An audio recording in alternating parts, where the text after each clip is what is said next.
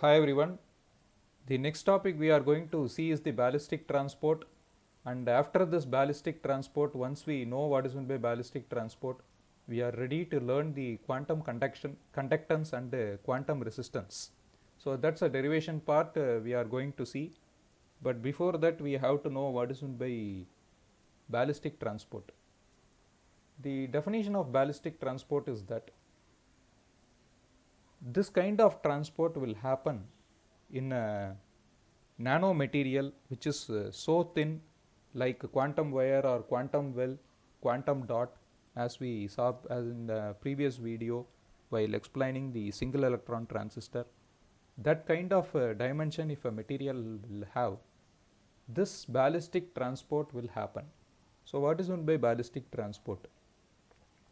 So here I have shown you a picture of a source and drain, and which is the source and drain has been connected with a quantum wire, some kind of nanomaterial which is of so thin in a order of one dimension. So one dimension means the degree of freedom will also be 1, so that the electron can travel from this end to this end in one way. So there is the degree of freedom is so low, only 1. So the electron will travel from mu1 to mu2, that is source to drain, via this channel. This ballistic transport will happen if the mean free path of the electron is longer when compared to the dimension of this quantum wire. What is meant by mean free path? The traveling of electron between any two successive collision, the length between those two successive collision is known as mean free path. This is what we already learnt in unit 1. What is meant by mean free path? So practically speaking, this electron will not collide when it travel into this channel while traveling to mu2 drain. So it will not get collided in any of a way. There are two kinds of collision, which is elastic and inelastic collision. Elastic collision means if the electron get collided, the energy will not get lost like heat, or it will not get scattered. As we are talking about electron in a quantum dimension, we always talk electron as a wave, so that it will not get scattered. That's what the meaning for a elastic collision. But whereas in an inelastic collision, when the electron get collided, the wave gets scattered in some way, or the energy will get lost in the form of heat or light. So that is inelastic collision. So there are two kinds of collision here. This electron will get any kind of collision while it traveling from the source to drain. But if the material dimension is so low, this two collision will not happen, which is known as ballistic transport. So the meaning of ballistic transport is that if the dimension of the material we are using as a channel is longer when compared to the mean free path, that is known as ballistic transport. That is, the collision will not happen and energy will not get wasted, so that the electron, whatever the electron started from mu1, the total energy will be traveling to the mu2, and there is no resistance due to this collision.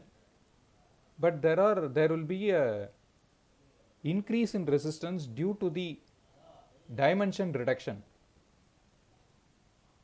As the resistance formula we all know from the first unit is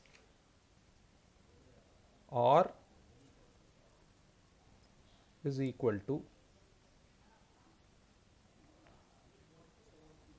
rho L divided by A. So this is the resistance formula.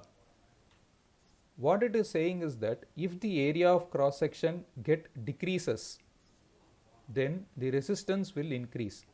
As the area is inversely proportional to the resistance, if the area like radius get decreased, it goes to the dimension of nanometer, resistance will jump and conductance will get lowered. So this is one of a problem in the nano level transports. Nano level electron transport will have a lot of resistance problem, but that can be reduced by increasing the number of channel like this. So this is resistivity.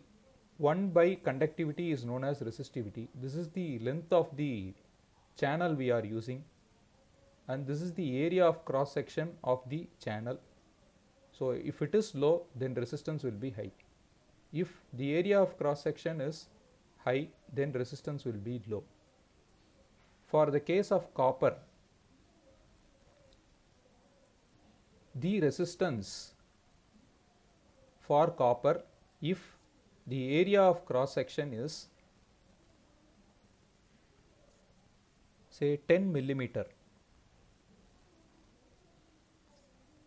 or radius is 10 millimeter or area is 100 millimeter square, if this is the range, then the resistance it acquire is 5.9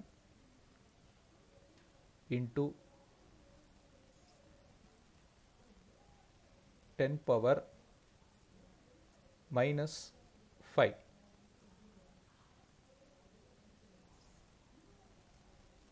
per ohm meter. So this is the resistance it will acquire if the area of cross section is 100 millimeter square. Whereas if the area of cross section is reduced to 100 nanometer square, if we are reducing the resistance of the same copper to the 100 nanometer square, then the resistance we will acquire is, so radius is small r and this is the resistance I am using capital R. So this resistance for the 100 nanometer square material is about 5.3 into 10 power 7 ohm per meter.